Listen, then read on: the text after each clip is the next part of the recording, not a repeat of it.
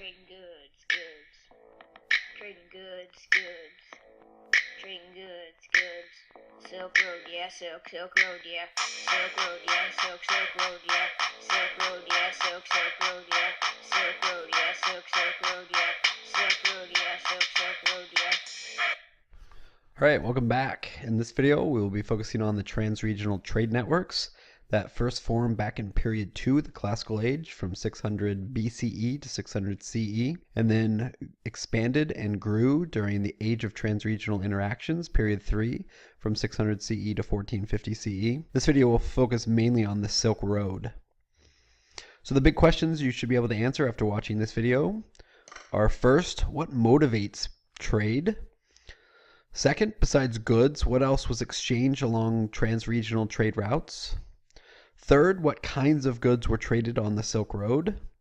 Fourth, what impact did pastoral nomadic people and civilizations and empires have on Silk Road trade respectively? And fifth, what aspects of the Silk Road changed over time and what stayed the same? So what motivates people to trade? Really, trade is motivated by the unequal distribution of resources worldwide. Here we can see a modern day map of every country and their main export, and you can see how diversified the various natural resources that exist in the world are. And so we see trade networks forming in regions where there's a lot of diverse geography. So for example, in West Africa and North Africa here. In North Africa, there is the Sahara Desert. And then in West Africa here, there's grasslands and forests. And so a very different kind of geographic region is going to lead to a trade zone forming, the Trans-Saharan Trade Network, between North and West Africa, because they have very different natural resources and they want to be able to exchange them. Trade also allows for people to gain those rare commodities, those rare items, which gives them increased social standing and status in their society, right? Everyone wants to have those amazing luxury goods that nobody else has as a sign of their social standing. Besides goods, what else was exchanged along transregional trade networks? So transregional trade networks formed, as I mentioned before, during the classical age from 600 BCE to 600 CE. But then they increased in their size and intensity from 600 to 1450 CE. The age of transregional interactions is what we call it. And these included the Silk Road, the Indian Ocean sea lanes, and the Trans-Saharan trade routes. And we'll do a video on each of these. Now, trade in each of these cases is not only going to lead to the spread of goods, it's also going to lead to the spread of religion, for instance, Buddhism and Islam and Christianity along the Silk Road, or Islam along the Indian Ocean sea lanes and the Trans-Saharan Trade Network.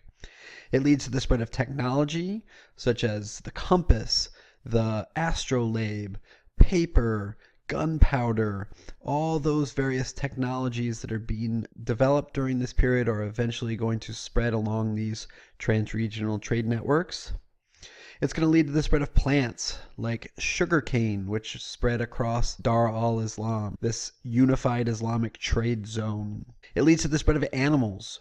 We'll discuss how dromedary camels, originally domesticated in the Middle East, are brought to North Africa and the role that they then play in traversing the Sahara Desert. But it also leads to the spread of diseases like smallpox, the measles, the plague, diseases that are going to have huge demographic impacts. So let's start by examining the Silk Road. Oh, I think I just got a little sick. I think I just vomited in my mouth whenever I see historically inaccurate pictures like this. So what's wrong with this image?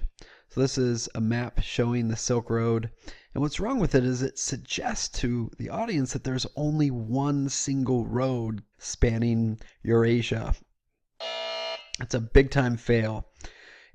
The Silk Road was an overland network of trade routes crossing Europe and Asia. There weren't actual roads, but they were routes that were commonly used by merchants and nomadic peoples, and ultimately their animals would beat down a path. Back in the Classical Age, it's going to connect the Roman Empire with the Han Dynasty in China. Later in period 3, it's going to connect the Sassanids, the Byzantines, the Song in China. It's going to connect the Islamic Empire and the Tang Dynasty in China. It's going to ultimately span nearly the entire Mongol Empire, this massive, huge land empire in the 1300s. So it connected civilization empires like the Romans, the Chinese, the Islamic, the Persians, the Byzantines, the Mongols, but it also connected these pastoral nomadic peoples who were mainly living in the drier regions of Central Asia. So what kind of goods were traded along the Silk Road? Can we make some generalizations? So because these goods were traded over land, that's really critically important to understand. People were not going to carry these goods on their back. They were being transported by domesticated pack animals, camel and horses and ox. And so the goods like spices or silks or porcelain tended to be smaller, lighter weight luxury items, right? Goods that would sell for a high price, but that were lightweight and that were small and easier to transport because you're transporting them on the backs of pack animals. Now this was a relay trade, so you didn't have like Roman merchants going all the way to China to trade their goods. Instead, it was a relay, so these goods would be passed down from one trading market to the next. Ultimately, these goods would be changed hands many times before reaching their destination. So what impact did civilizations or empires and pastoral nomadic peoples have on the Silk Road trade? So when we think about these various empires, they facilitated trade by unifying regions, and one of the big challenges on the Silk Road was theft. And so what an empire did was it provided security for these various merchants who were crossing the Silk Road. And so trade is going to increase on the Silk Road during periods of large, powerful empires like the Mongol Empire. We'll talk about the Pax Mongolica or the Pax Romana, the Roman peace, ultimately because the empires provided greater security for merchants. Now, pastoral nomadic peoples, these people living in between these areas of civilization, are going to play a critical role in moving trade, especially in various parts of Inner Asia. There are these large deserts, very dry, arid regions or grasslands, and these pastoral nomadic people who were already used to traveling around because they were nomadic and already had pack animals like camels and horses that they relied upon, they became excellent carriers of the goods. So we call them the truck drivers of world history. They are going to be the ones moving goods from one market to the next in many cases. One of the groups that is going to transform over time, they initially started out as pastoral peoples, but eventually they're going to settle down and form their own kingdom, are known as the Sogdians. And the Sogdians were Central Asian merchants, and they set up diasporic communities all along the Silk Road. So they had a very centralized spot. One of the major trading hubs was Samarkand, which was right here in the center of the Silk Road trade network. And so the Sogdian merchants could be found as far away as China. So this is a Chinese image showing a blue-eyed, red-haired merchant who happened to be from this region of Central Asia. So what aspects of the Silk Road changed over time and what stayed the same? Whenever you're dealing with a CCOT question, oftentimes, especially when you're dealing with change, it's good to start thinking about technological changes. So new technologies like the yoke, the saddle, which were developed during period 2, are going to allow domesticated pack animals to transport goods longer distances. And then over time in period 3, they're going to develop more improved saddles like the camel saddle, which is going to allow them to pack even more goods on to these pack animals. The yoke, which is important for connecting animals to a cart, was very useful along the Silk Road to move goods from one market to the next. So these new technologies are one of the major transformations or changes that occurred throughout period 2 and then into period 3. Now, one of the things that stayed the same on the Silk Road was the fact that there was always this constant fear about goods being stolen. And so these caravansaries, these inns, were built to provide rest and protection for merchants. So here we can see one in Oasis Town. I believe this is in China.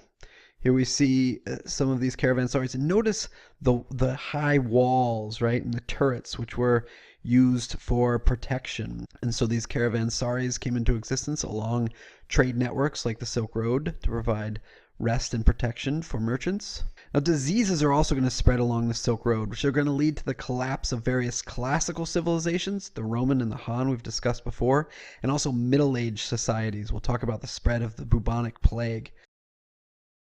And so that explains this population dip right here that we have around 1340. The unlucky 1300s is where you see the major outbreak of the bubonic plague. And so you should be aware of that dip. Whenever we're talking about the 1300s, unlucky 1300s, you should be aware of the demographic impact that happened as a result of trade. Urban areas were hit especially hard. We'll come back to this again when we start talking about the plague. Smallpox, the measles, the bubonic plague are all diseases that would spread along the Silk Road. And the long-term effect of this, though, was that it ultimately allowed Eurasian people to gain immunity from these diseases. Those that survived had natural built-up immunity to these diseases.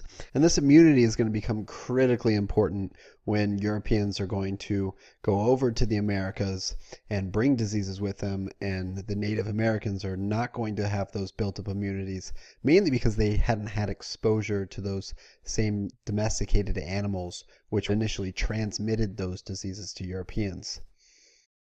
So as a result of watching this video, you should be able to answer these 5 big questions. First, what motivates trade? Second, besides goods, what else was exchanged along transregional trade networks? Third, what kind of goods were traded on the Silk Road? Fourth, what impact did pastoral nomads and civilizations and empires have on Silk Road trade? And then fifth, what aspects of the Silk Road changed over time and what stayed the same?